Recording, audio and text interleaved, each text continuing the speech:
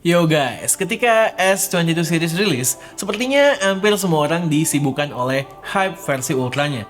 Padahal si anak bontot yang satu ini menurut gue nggak bisa dilewatkan begitu aja. Terutama di K2G, di mana smartphone compact punya tempat khusus. Yes, kecil ganas. Ini adalah one of, if not the best compact smartphone so far. Kenapa begitu? Tonton videonya aja sampai habis. Jangan lupa subscribe kalau belum, like videonya biar ngebantu algoritma YouTube expose channel kami lebih jauh.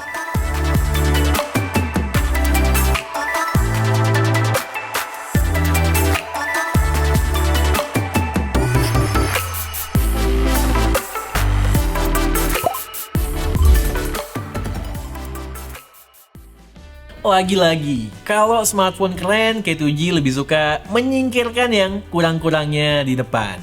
Diomongin duluan, kita buang dulu hawa-hawa negatifnya. Sebenarnya kekurangannya cuma satu. Udah denger soal kehebohan game optimizer ngelimit performa flagship Samsung dalam menjalankan aplikasi yang berbeda akhir-akhir ini? Gue sebetulnya nggak terlalu masalah ya dengan hal ini. Pernah heboh juga di smartphone OnePlus 9 Pro. Sebenarnya apa yang dilakukan Samsung menurut gue sah-sah saja. Performa diset berdasarkan kebutuhan masing-masing aplikasi supaya menjaga suhu dan konsumsi baterai. Cuma problem utamanya, seperti yang udah K2G sampaikan di video review S22 Ultra, terlalu agresif. Mungkin parameter-parameter ini warisan dari chipset Exynos terdahulu maupun Snapdragon 888 yang memang betul-betul membutuhkan hal ini. Sementara di 8 Gen 1 harusnya bisa lebih santai dikit. Good newsnya, beberapa hari yang lalu di Korea sana udah dirilis updatean untuk ngefix hal ini. Gue sendiri udah nyobain satu metode yang unofficially buat ngeblok GOS ini. Perbedaan performanya di Genshin Impact sih berasa ya. Cuma kalau udah lama ya tetap bakal panas juga karena throttling bawaan dari chipset. Kalau dilihat dari statement official Samsung sih, official update-nya bakalan memberikan kebebasan lebih luas kepada user soal hal ini melalui settingan. Nanti gue update ya setelah kita yang di Indonesia dapat update-annya. Kekurangan selanjutnya, percaya nggak percaya, nggak ada kekurangan lain yang patut dijadikan deal breaker untuk Samsung Galaxy S22 ini. Mumpung kita lagi nyerempet performa, kita bahas performanya dulu yuk. Intinya begini, dengan Snapdragon 8 Gen 1, Galaxy S22 adalah smartphone compact Android yang paling powerful saat ini. Dipakai daily kenceng, hampir no stutter di firmware terbaru. Dipakai gaming juga aman. Soal suhu, ingat, kita bilang problem utama S21 kecil dulu adalah panas yang lebih terperangkap di dalam karena bodinya plastik. Sekarang, nggak lagi. Penyebaran panas keluar lebih efektif dengan bodi kaca dan metal di S22. Alhasil, suhu relatif lebih terjaga. Buat yang mau gaming, tergantung gamenya ya. Kelamaan main Genshin Impact yang super berat dan rata kanan ya bakal throttling juga. Tapi game-game lain seperti LOL Wild Rift atau Apex Legends aman-aman aja. Ingat, smartphone kecil penyebaran panasnya nggak akan seefektif yang besar. So, kondisikan juga suhu ruangan ketika ingin push rank berlama-lama.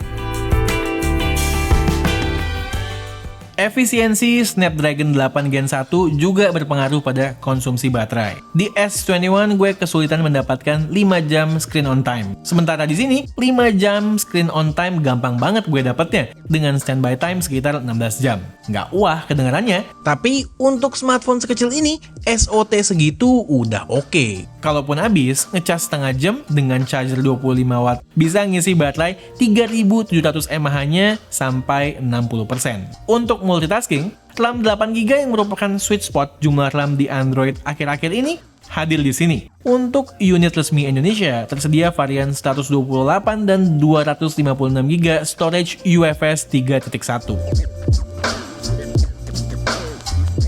Menurut gue, soal performa bukanlah hal terpenting dari sebuah smartphone compact, tapi desain. Ya, soal yang satu ini gue harus apresiasi Samsung karena nggak lagi memberikan material polikarbonat, melainkan langsung ngasih Gorilla Glass Victus Plus depan belakang yang menghimpit frame aluminium. Alhasil, seperti gue bilang tadi, lebih mantep ngeluarin panas, di tangan pun berasa megang smartphone dari lini premium. Gini dong. Walaupun materialnya beda, secara bahasa desain nggak ada perbedaan dengan S21 dengan kamera modul yang mojok di kiri atas. Bedanya, sekarang modul kameranya warnanya senada dengan keseluruhan bodinya. Unit review K2G yang Phantom White, dimana gue suka banget kalau handphone kecil punya warna terang begini. Smartphone sekompak ini punya kelebihan handling satu tangan yang luar biasa nyamannya. Make HP anytime, anywhere. Lalu bisa nyelip di kantong celana tanpa berasa risih. Itu sebuah kenikmatan tersendiri.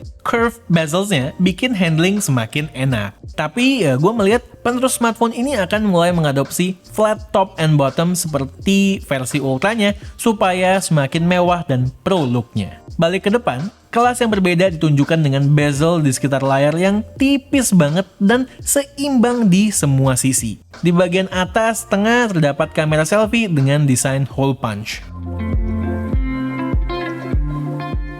Kalau kalian pakai smartphone mid-range atau flagship killer dengan layar AMOLED, perlu diingat bahwa kemungkinan besar layar AMOLED yang dipakai bukanlah top of the line. Nggak otomatis ngelihat AMOLED di spec sheet lalu berasumsi pasti bagus nih. Di S22 ini yang dipakai adalah panel-panel terbaik dari AMOLED Samsung yang masih industry leading. Ketika butuh akurasi warna untuk pembuatan konten, tinggal switch ke mode natural. Ketika butuh warna yang lebih punchy dan memanjakan mata, kita tinggal switch ke mode vivid. Hitamnya pun pekat, namun masih bisa menampilkan gradasi yang halus, nggak sekedar hitam doang.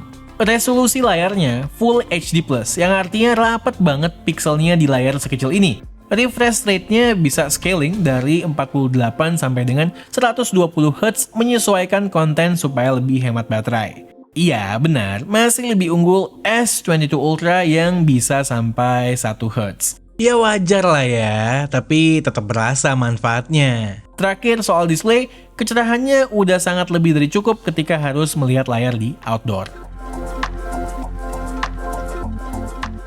Kalau ada satu hal yang menurut gue nggak seharusnya di-courting di smartphone kecil adalah kamera. Justru smartphone compact dengan handling yang nyaman bakal lebih sering dikeluarin dari kantong untuk cepret-cepret. Dengan sensor dan megapiksel yang lebih besar dari generasi sebelumnya, Galaxy S22 ini in general nggak mengecewakan. Foto di berbagai kondisi cahaya dengan lensa utama itu hasilnya tajam dengan warna yang most of the time akurat. Yang gue masih tunggu Samsung untuk fix adalah konsistensi di mana beberapa hasil foto jadi over contrast terutama di kondisi backlight. Solusi sementara, coba deh foto pakai night mode kalau di kondisi backlight. Lebih baik tuh, seolah dipaksa nyala HDR-nya. Walaupun ngecelin sensor dari 64 megapiksel ke 10 megapiksel untuk lensa tele, sebetulnya gue fine dengan hal itu. Secara sekarang jadi optical 3 kali. Dimana dulu secara optik sebetulnya cuma 1,1 kali. Namun, di zoom secara hybrid untuk mencapai efek 3 kali zoomnya. Hasilnya cukup bagus selama pencahayaan cukup. Ultra wide-nya dengan 120 derajat FOV-nya juga bagus, dengan dynamic range yang surprisingly kadang lebih baik dari kamera utamanya. Ini membuat gue cukup yakin, over contrast di sensor utama bisa di-improve by software. Secara versatility, gue suka. Smartphone berukuran compact bukan berarti harus mengurangi jumlah lensa. Namanya flagship ya harus lengkap dong. Nice. Mungkin yang disayangkan adalah lensa ultra wide-nya nggak bisa dipakai jadi makro seperti varian ultranya. Tapi memang kebutuhan makro nggak kita pakai setiap saat juga sih ya. Masuk ke pencahayaan yang gelap pun, S22 masih bisa menghasilkan foto-foto dengan detail yang keluar khas smartphone flagship ketika menggunakan night mode-nya. Untuk selfie, buat kami yang sehari-hari jarang selfie-selfiean sih udah cukup puas ya. Karakter kamera belakang dibawa ke kamera selfie juga.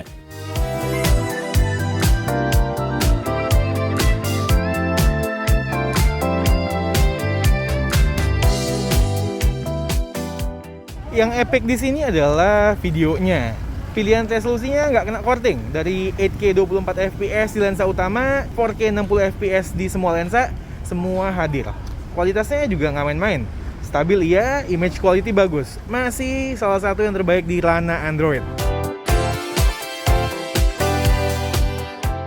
Rest of the phone singkat aja ya. Samsung Galaxy S22 punya slot dual SIM dan nggak punya slot SD card. Nggak punya headphone jack, terus udah tersertifikasi IP68 yang artinya tahan air dan debu. Kemudian punya vibration motor yang halus dan flagship grade. Stereo speakernya cukup kenceng, tapi dengan sound quality yang standar aja.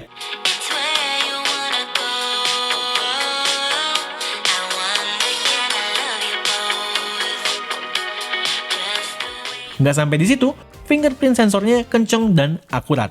Terakhir, S22 udah menggunakan One UI 4.1 yang berbasis Android 12. kapabilitas fitur-fitur One UI untuk multitasking udah nggak perlu diragukan lagi lah ya. Oke, Samsung Galaxy S22. Buat kalian pencinta smartphone kecil yang minim kompromi, nggak usah lihat kiri kanan lagi. Ini adalah jawaban absolut untuk kalian, terutama yang berada di ekosistem Android. Yang namanya smartphone compact di lini flagship, ya begini harusnya. Top of the line specs, top of the line experience, tapi dibikin compact. Oke, sekian aja video dari gue kali ini. Gue Satish and this is K2G. Tunggu racun-racun kami yang berikutnya. Bye guys!